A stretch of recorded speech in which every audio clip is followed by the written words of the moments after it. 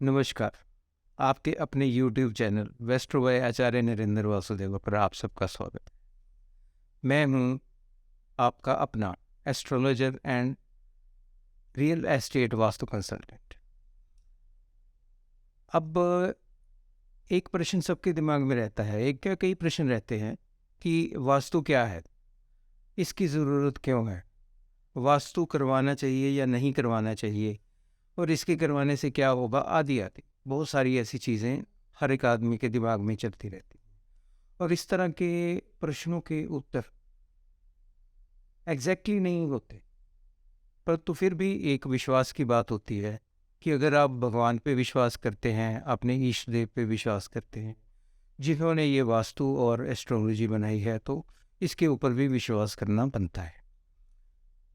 चलो फिर भी कोशिश करते हैं इसको समझने की कि मैं आज बहुत छोटी सी बेसिक जानकारी से शुरू करूँगा और धीरे धीरे आने वाली वीडियोस में आपको इस तरह की बहुत सारी जानकारियाँ देता रहूँगा और जिससे आपको धीरे धीरे इसका जवाब मिलेगा।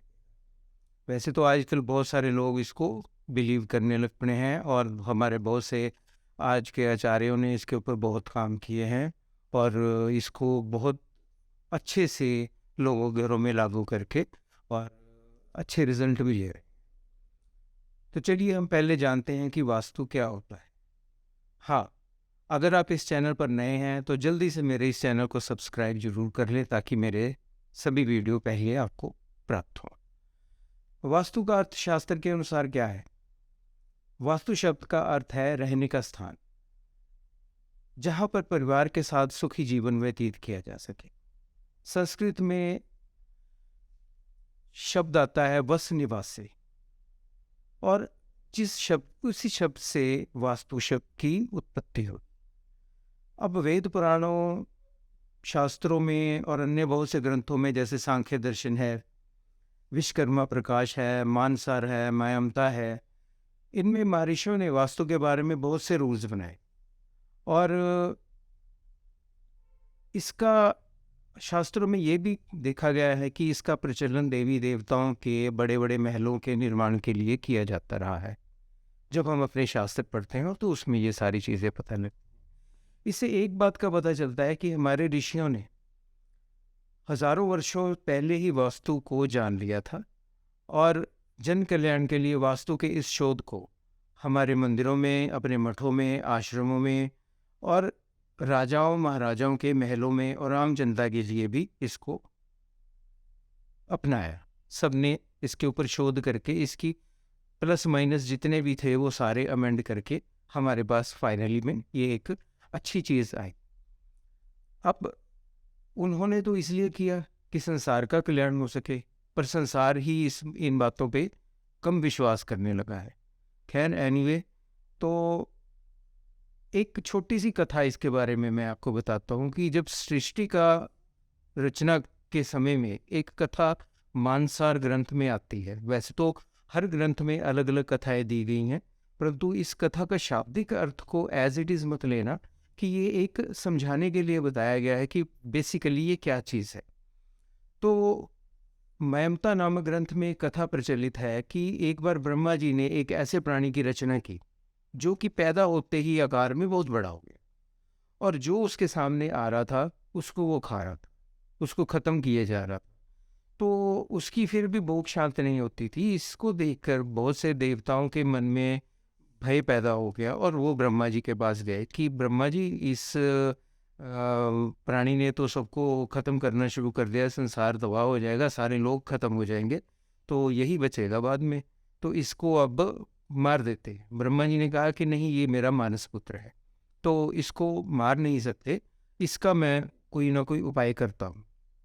तो उन्होंने एकदम से कुछ उपाय ऐसा किया कि जिसमें कि उन्होंने 8 दिक्पालों, मतलब 8 दिशाओं के देवताओं को और अन्य 44 देवताओं को बुलाया और उन्होंने उस वास्तु परश के ऊपर कब्जा कर लिया, पकड़ लिया उसको चारों तरफ से और उसको औंधे मुंह करके, और उन्होंने उसको बीच में उसके सेंटर में ब्रह्मा जी कूद गए।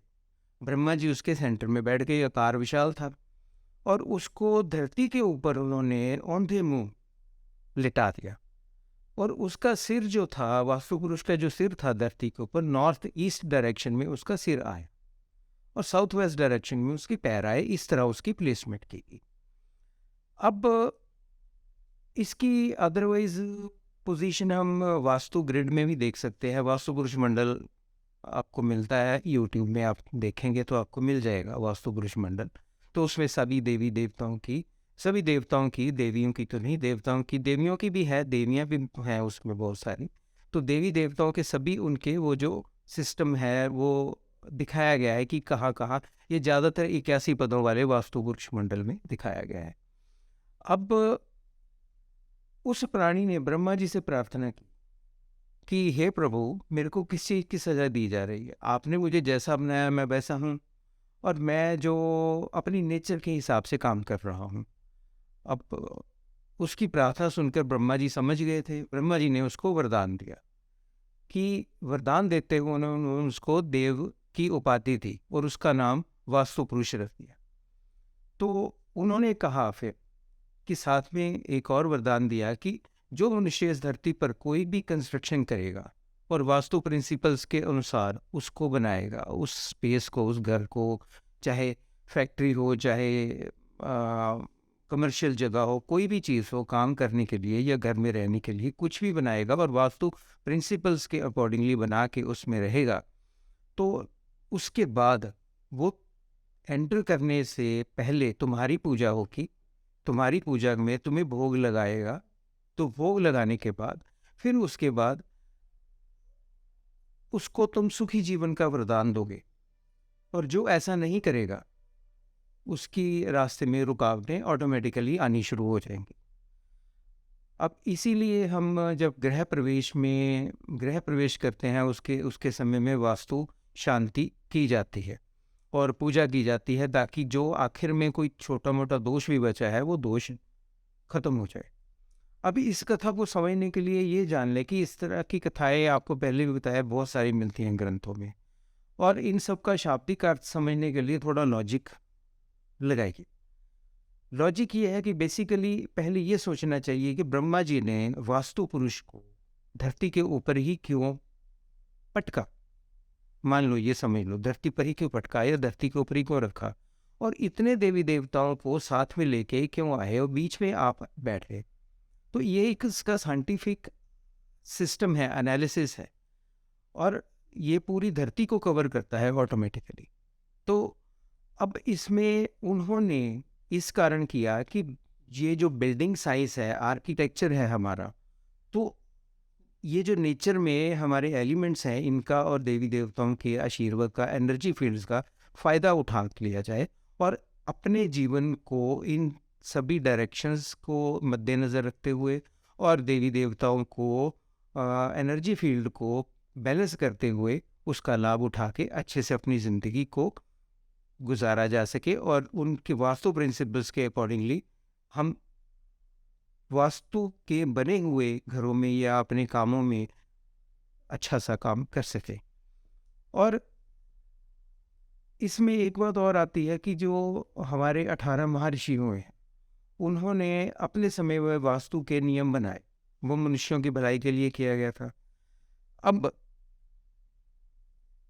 कारण यही था, कोई भी, चाहे ज्योतिष बनाया हो, चाहे वास्तु बनाया हो, चाहे हमारे कोई भी ग्रंथ बने हैं, उन सब का यही एक मतलब यही था कि हमने अपने भोग तो भोगने हैं, परंतु उसमें हमें अमेंडमेंट के लिए एक फ्री सिस्टम दिया गया, जिसमें कि आप अपने उस पार्ट को यूज़ करके आप नेचर से क्या बोलते हैं उसको, कि नेचर से आप एनर्जी पॉजिटिव लेके अपने आप को, अपने घरों को, अपनी लाइफ को सुधार सके और डेस्टिनी में कुछ हद तक अमेंडमेंट कर सके। डेस्टिनी चेंज नहीं कर सकते, और इससे आप खुशहाल जीवन बिता सकते हैं।